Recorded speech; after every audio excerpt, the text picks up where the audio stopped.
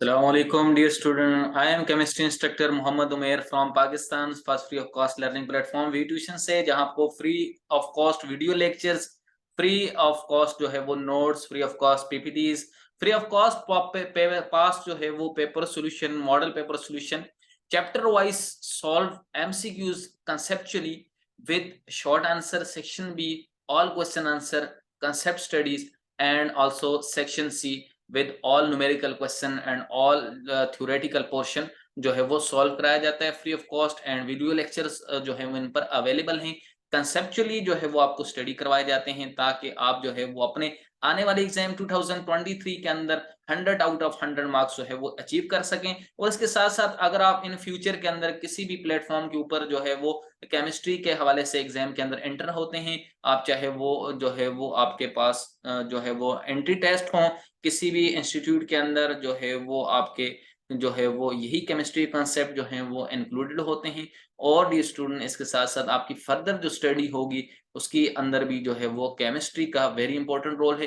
तो अगर आपके कॉन्सेप्ट क्लियर हैं तो डी स्टूडेंट आप जो है वो हमेशा जो है वो अपने फ्यूचर के अंदर जो है वो अपने गोल्स को अचीव कर सकते हैं। तो इसलिए डी स्टूडेंट आपने जो है वो वीडियो लेक्चर्स को जरूर जो है वो स्टडी करना है वी ट्यूशन प्लेटफॉर्म के ऊपर अपने एक्सपीरियंस एंड एक्सपर्टीज के साथ। आज का जो चैप्टर नंबर 2 है डी स्टूडेंट, जो पास पेपर मॉडल पेपर सॉल्यूशन हमारे कंटिन्यू थे चैप्टर वाइज, चैप्टर 2 के अंदर हम जो है वो एंटर हैं। और चैप्टर नंबर 2 के जो शॉर्ट क्वेश्चन के अंदर सेक्शन बी में आज का जो क्वेश्चन है वो जो है वो डी स्टूडेंट स्क्रीन पे आपके जो है वो सामने है। That is past paper model paper solution chapter wise.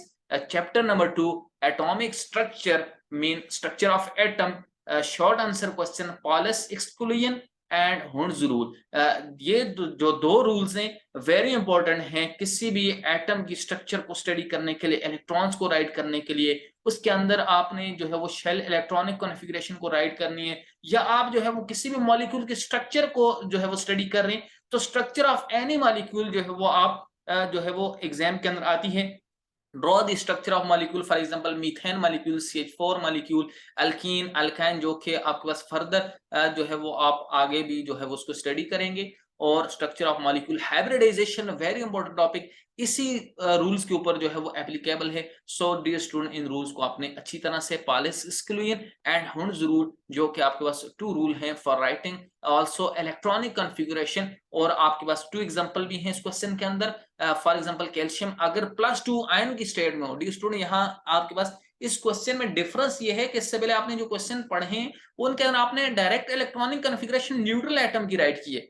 इस क्वेश्चन के अंदर डी स्टूडेंट आप ये भी जानेंगे कि अगर आपके पास एटम न्यूट्रल नहीं है, इट मीन अगर उसके ऊपर कोई चार्ज आ जाए, मीन कोई आयन हो, तो आयन की इलेक्ट्रॉनिक कॉन्फ़िगरेशन आप किस तरह से उसके एटॉमिक नंबर को देखते हुए राइट कर सकते हैं और उसके ऊपर चार्ज को देखते हुए स्पेशली राइट कर सकते हैं। Similarly bromine atomic number 35 but having a negative charge mean anion, and also cation calcium, you can write easily their electronic configuration by using rules Pauli exclusion and Hund's rule and orbital electronic configuration. The answer is that आपके पास dear student question number 3 ये आपके पास paper के अंदर था और ये exam के अंदर है state Pauli's and Hund's rule right electronic configuration. So सबसे पहले आपने इस क्वेश्चन का आंसर जो है वो अपने एग्जामिनर से फुल मार्क्स अटेम्प्ट करने के लिए डियर स्टूडेंट अपना आंसर सबसे पहले आपने डेफिनेशन लिखनी है पालिस एक्सक्लूजन प्रिंसिपल की, जो कि आपके पास जो है वो रिटन है। It state that dear student exclusion principle है और प्रिंसिपल की स्टेटमेंट होती है आपके पास। तो स्टेटमेंट इसकी ये है दैट नो टू इलेक्ट्रॉन्स, कि कभी भी दो इकट्ठे इलेक्ट्रॉन्स, अगर इलेक्ट्रॉन्स जो हैं वो डियर स्टूडेंट 2 इलेक्ट्रॉन्स हों तो वो आपके पास एक जो है वो इस तरह से आपके पास जो है वो इस स्पिन से होगा।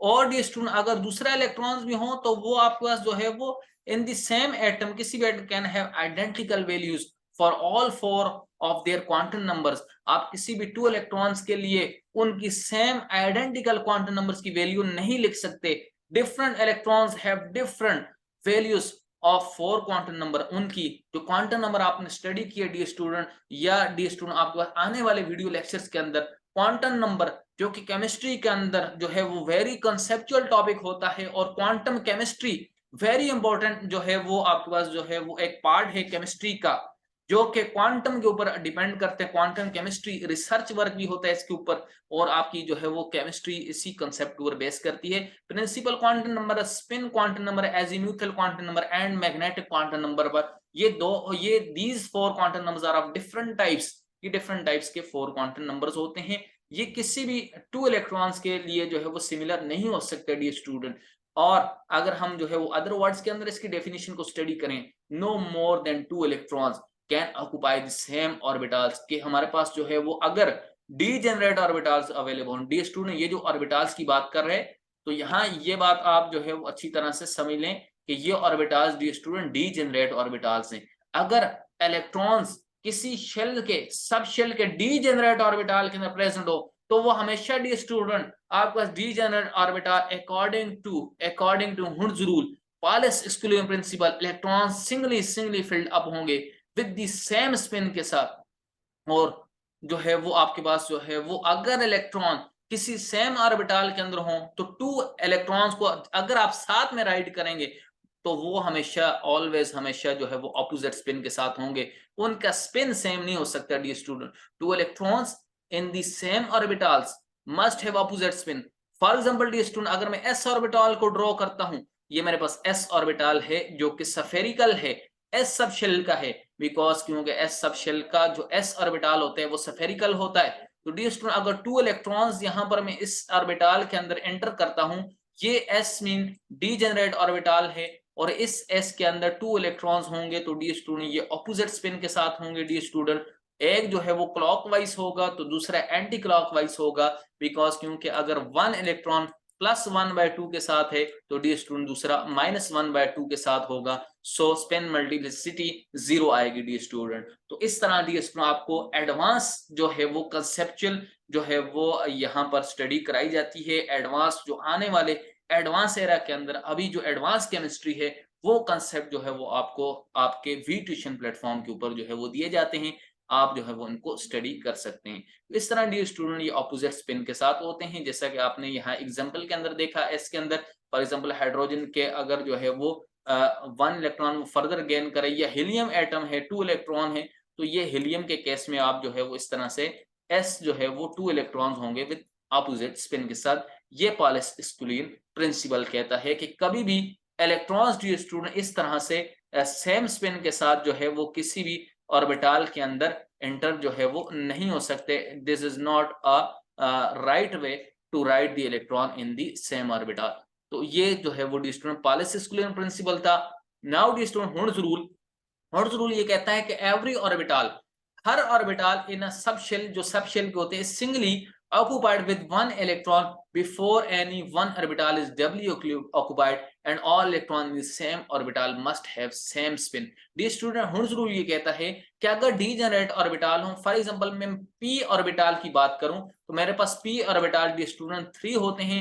आपको पता है p सब शेल के अंदर 3 ऑर्बिटल होते हैं, px, py and the last one is p and z। So dear student, py, px and pz are 3 orbitals, and electrons enter in these in the singly अगर इलेक्ट्रॉन जो हैं वो degenerate orbital होंगे dear student, तो first जो electrons होंगे वो मेरे पास जो है वो सिंगली जो है वो इनके अंदर फिल्ड अप होंगे, इस तरह से 1 electron. And other electron D student आपके पास जो है वो पी वाई में एंटर होगा, एंड अगर एक और इलेक्ट्रॉन जो है वो प्रेजेंट है तो वो पी जेड के अंदर एंटर होगा। आपके पास इस तरह से हुड्स रूल ये कहता है, this is the right way according to Hund's rule to fill up the orbital in the sub shell and same orbital of degenerate orbital. Degenerate orbital dear student वो orbital होते हैं जो किसी same सब shell के orbital हों। अगर किसी भी सेम, यहाँ सब शेल लिखा हुआ है डी स्टूडेंट, अगर सेम सब शेल के ऑर्बिटल्स होते हैं तो वो हमारे पास जो है वो degenerate orbital having same energy level, और सेम एनर्जी के अंदर डी स्टूडेंट इलेक्ट्रॉन जो हैं वो सिंगली फिल्ड अप होते हैं। डी स्टूडेंट अगर ये मेरे पास जो है वो p का 3p का जो है वो ऑर्बिटल है, और 3p के अंदर मेरे पास 3 इलेक्ट्रॉन है डी स्टूडेंट, तो ये p जो है वो मैंने ऑर्बिटल ड्रॉ किया, थर्ड शेल का है ये, और इसके अंदर मैक्सिमम 3 इलेक्ट्रॉन्स हैं, तो ये जो मैक्सिमम 3 इलेक्ट्रॉन्स है डी स्टूडेंट ये सिंगली फिल्ड अप होंगे विद सेम स्पिन। और आप ये भी देख रहे हैं डी स्टूडेंट, सेम स्पिन की बात कर रहा हूं, क्योंकि डेफिनेशन यहाँ पर ये देखें सेम स्पिन की बात कर रही है, तो इसलिए डी स्टूडेंट यहाँ पर आपके पास जो है वो सेम स्पिन का होना जरूरी है। आप देख रहे हैं जो डायरेक्शन मैंने यूज किया यहाँ पर फिलिंग के लिए वो इनकी सेम है डी स्टूडेंट। अगर क्लॉकवाइज हैं तो ऑल क्लॉकवाइज होंगे, एंटी क्लॉकवाइज ड्रॉ करेंगे तो ऑल एंटी क्लॉकवाइज होंगे। डी स्टूडेंट अगर ये मेरे पास जो है वो इलेक्ट्रॉन 3p3 से अगर 4 हो जाते हैं तो फिर आपके जहन के अंदर माइंड में क्वेश्चन आता है कि 4 इलेक्ट्रॉन्स को किस तरह से p के अंदर फिल्ड अप करेंगे। तो डी स्टूडेंट वेरी जो है वो इजी वे है to fill the 4 electron in the same orbital. आपने करना ये है कि आपने जो है वो फर्स्ट अकॉर्डिंग टू हॉर्न्स रूल्स को फॉलो करना है। ये 4 इलेक्ट्रॉन डी स्टूडेंट कभी भी आप जो है वो इस तरह से जो है वो फॉलो नहीं कर सकते कि आपका अगर ये 4 इलेक्ट्रॉन्स है p के अंदर, ये px py एंड pz जो है वो ऑर्बिटल्स हैं, तो आप कभी भी डी स्टूडेंट इस तरह से ये फर्स्ट 2 को पेड अप किया और फिर ये थर्ड इलेक्ट्रॉन यहाँ पर एंटर किया, टोटल 3 इलेक्ट्रॉन और ये 4 इलेक्ट्रॉन, तो डी स्टूडेंट इस तरह से आपने जो है वो इनको फॉलो नहीं कराना। This is not the wrong, not the right way. तो सो डी स्टूडेंट आपने जो है वो इस कंसेप्ट को ही फॉलो करना है कि फर्स्ट जो है वो इलेक्ट्रॉन्स जो है वो सिंगली फिल्ड अप होने हैं। अगर आपके पास जो है वो 3p4 है या डी स्टूडेंट आपका 3p5 है या इससे भी हाइयर है 3p6 है, तो आप किसी भी ऑर्बिटल को इस तरह से अकॉर्डिंग टू हॉर्न्स रूल आपकी समझ में आ गया होगा, इस तरह से आपने फॉलो करना है कि फर्स्ट इलेक्ट्रॉन जो हैं वो सिंगली फिल्ड अप हो, ये सिंगल इलेक्ट्रॉन, देन आपने जो है वो पेड नहीं करना है, आपने नेक्स्ट इसके अंदर py में एंटर हो जाएगा इलेक्ट्रॉन सेम स्पिन के साथ एंड सिमिलरली सेम स्पिन ही के साथ pz तक जाएगा। ये 3 इलेक्ट्रॉन अगर इस 4 के एंटर करेंगे सेम स्पिन के साथ और singly according to horns rule and the 4 electron dear student फिर से आप जो है वो p x से ही जो है वो स्टार्ट करेंगे और उसको ऑपोजिट स्पिन के साथ एंटर कराएंगे। अब ये 2 इलेक्ट्रॉन जो है वो px के पेड अब हो चुके और 2 जो है वो रिमेनिंग अनपेड होंगे और यही आगे हाइब्रिडाइजेशन में यूज होते हैं। जो हमारे पास हमेशा जो है वो अनहाइब्रिडाइज जो हमारे पास अनपेड इलेक्ट्रॉन होंगे, हाइब्रिडाइज वाले जो अनपेड इलेक्ट्रॉन होंगे वही बॉन्डिंग में पार्टिसिपेट करेंगे। सिमिलरली p5 के लिए भी डी स्टूडेंट आप इसी तरह से राइट करेंगे। फर्स्ट जो है वो इलेक्ट्रॉन सिंगली फिल्ड अप होंगे with same spin and then therefore dear student आपके पास जो है वो इलेक्ट्रॉन पेड अप हो जाएंगे और 1 इलेक्ट्रॉन जो है वो 3p5 के केस में अनपेड रहेगा। This is writing horns rule. Dear student उम्मीद करता हूं आपको हॉर्न्स रूल की समझ आई होगी। इसी तरह डी स्टूडेंट आपके पास इलेक्ट्रॉनिक कॉन्फ़िगरेशन राइट करनी है, for example calcium +2 and bromine -1 charge हो, मीन आपके पास एक कैटाइन है एक एनाइन है। डी स्टूडेंट एटॉमिक नंबर पर जो है वो फर्क नहीं पड़ता अगर आपके पास जो है वो +2 चार्ज आ रहा है -1, बिकॉज क्योंकि एटम जो है वो atomic number is number of proton present in the nucleus of an atom. But D student आपके पास इलेक्ट्रॉन्स नंबर के ऊपर जरूर फर्क पड़ता है क्योंकि कैटाइन और एनाइन जब भी फॉर्म होते हैं सिर्फ इसी कंडीशन पर फॉर्म होते हैं कि अगर इलेक्ट्रॉन किसी भी एटम से जो है वो रिमूव हो जाए या किसी भी एटम के अंदर इलेक्ट्रॉन्स जो है वो एंटर हो जाए तो हमारे पास जो है वो कैटाइन और एनोइन जो है वो डी स्टूडेंट फॉर्म हो जाते हैं। अगर हमारे पास कैल्शियम +2 है डी स्टूडेंट तो एटॉमिक नंबर Z जो है वो कैल्शियम का भी जो है वो हमारे पास 20 ही होता है डी स्टूडेंट। अगर हमारे पास जो है वो कैल्शियम का एटॉमिक नंबर 20 होता है डी स्टूडेंट तो इसकी इलेक्ट्रॉनिक कॉन्फ़िगरेशन क्या थी। बट डी स्टूडेंट यहाँ पर इस कैल्शियम 20 में से डी स्टूडेंट प्रोटॉन मेरे पास जो है वो कैल्शियम के 20 आएंगे बट इलेक्ट्रॉन डी स्टूडेंट मेरे पास जो है वो 20 से जो है वो मेरे पास 18 रहेंगे बिकॉज क्योंकि डी स्टूडेंट कैल्शियम के मेरे पास जो है वो जो मेरे पास जो है वो +2 चार्ज की वजह से कैल्शियम जो है वो कैटाइन है एंड कैटाइन के पास 2 इलेक्ट्रॉन जो है वो लेस हो जाते हैं because 2 electron loss, so electron number 18 होंगे। तो इलेक्ट्रॉनिक कॉन्फ़िगरेशन आप कैल्शियम की राइट करेंगे 1s2 2s2 2p6 3s2 3p जो है वो आपका डी स्टूडेंट यहाँ ये 2 और 2 4 इलेक्ट्रॉन 4 और 6 डी स्टूडेंट यहाँ आपका 10 इलेक्ट्रॉन हुआ 10 एंड 2 डी स्टूडेंट आपका 12 इलेक्ट्रॉन हुआ एंड 12 एंड 6 डी स्टूडेंट आपके पास 18 इलेक्ट्रॉन हुए। So electronic configuration of calcium जो है वो आर्गोन के इक्वल हो जाती है कैल्शियम +2 आयन की 1s2 2s2 2p6 3s2 and 3p6। तो डी स्टूडेंट यही आपके पास जो है वो इसकी राइट इलेक्ट्रॉनिक कॉन्फ़िगरेशन बनती है जो कि आपके पास जो है वो 18 इलेक्ट्रॉन्स जो है वो रिमेनिंग है 2 2 4 एंड 6 10 10 और 2 12 and 6 18। This is the right electronic configuration of the calcium because calcium जो है वो डी स्टूडेंट अगर 2 इलेक्ट्रॉन लॉस करे। सिमिलरली डी स्टूडेंट अगर आप जो है वो ब्रोमीन की इलेक्ट्रॉनिक कॉन्फ़िगरेशन को राइट करना चाहें तो डियर स्टूडेंट ब्रोमीन की इलेक्ट्रॉनिक कॉन्फ़िगरेशन आप राइट कर सकते हैं अगर वो -1 चार्ज लेता है। अगर -1 है तो ब्रोमीन ने डियर स्टूडेंट आपको 1 इलेक्ट्रॉन गेन किया होगा, it mean electronic configuration writing करें तो ब्रोमीन के डियर स्टूडेंट आपके पास जो है वो मैं अगर राइट करूं तो मेरे पास डियर स्टूडेंट ब्रोमीन के जो एटॉमिक नंबर होता है Z, अगर बात करूं न्यूट्रल ब्रोमीन की वो 35 है, इट मीन प्रोटॉन जो है उसके पास 35 है, बट डियर स्टूडेंट इलेक्ट्रॉन जो है वो आपके पास जो है वो न्यूट्रल एटम में 35 ही होते हैं, बट यहाँ पर डियर स्टूडेंट -1 चार्ज आया ब्रोमीन पे, इट मीन 1 इलेक्ट्रॉन इसने गेन किया तो +1 किया आपने इलेक्ट्रॉन, 1 इलेक्ट्रॉन गेन करके डियर स्टूडेंट ये 36 इलेक्ट्रॉन्स हुए।